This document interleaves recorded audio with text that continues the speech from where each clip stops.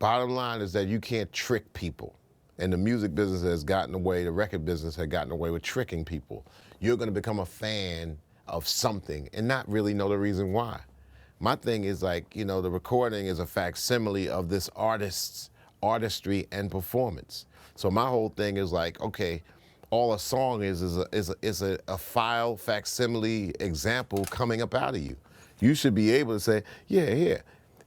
Are you gonna believe in that? I want you to believe in me.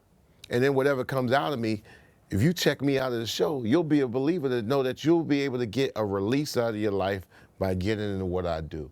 I think that, you know, getting back to how music was in the first place, Duke Ellington, he didn't chase the record chased him.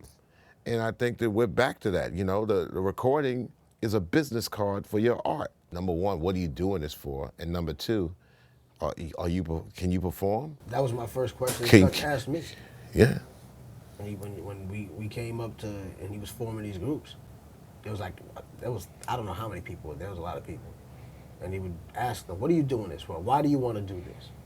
And based on their answers, they were dismissed.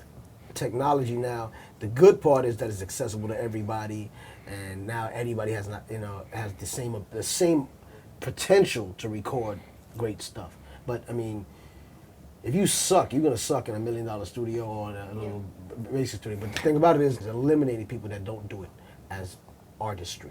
I think that, you know, you bring your stuff out for free lets people know this is a real artist that has something to offer, that has something inside that he's trying to say.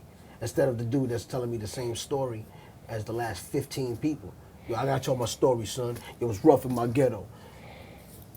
It's rough in everybody's. But then when I hear that one dude that wants to really talk about something that has unique, you know, that's what music's always been about. You know, let me tell you what's in here, me. And then you say, wow, I never heard anybody say that, like that. Or, you know, and that's always what gets you. Free is an option that you can also use, but you can sell everything now in a system that delivers, like TuneCore will aggregate and deliver to digital stores, be it the iTunes, which is 80% of the world market, and Amazon, which I think is fantastic, and Rhapsody, and so on and so on. MP3 is a new 45, I used to say like 10 years ago. I'm always involved in innovative things, but only pertaining to my genre because of the lack of access that the genre has been able to propel itself forwards on its own terms.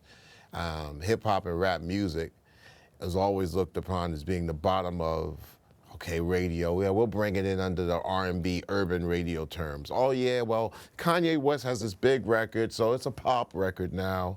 And you know, Universal's gonna make sure that that recording gets across, but it's never had its own realm. It's never had its own world.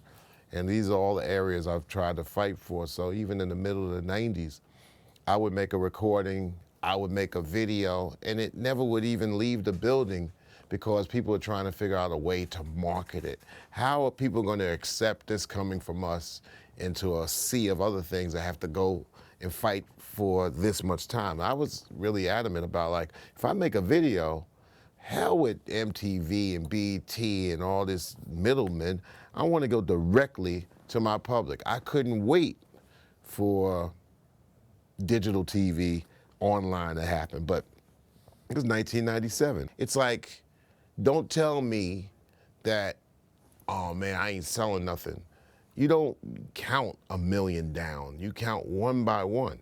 I was like, if you sold 30 MP3s of your song, that's 30 people you better start concentrating on to make them believers. Instead of thinking, oh, I just got 30 people, that doesn't mean anything. Can you go into the one person and really connect to that one person? Or say, you know, that one person doesn't care. If you connected to that one person, they actually reached out to you, then you better reach out with some connectivity into that person. And my thing is, I just wanted to eliminate the waste and the excess. So that's where I first got involved in the world of the internet. I said, I want to go person to person, peer to peer. And you know what? If I can give them songs, I know they'll come back and say, hey, I like this, you got more. It's not the cart before the horse. I'm gonna make you buy into me and then all of a sudden I'm gonna make you like it. Nah, here's this for free. This is better than radio. Just go there and get it on your own time.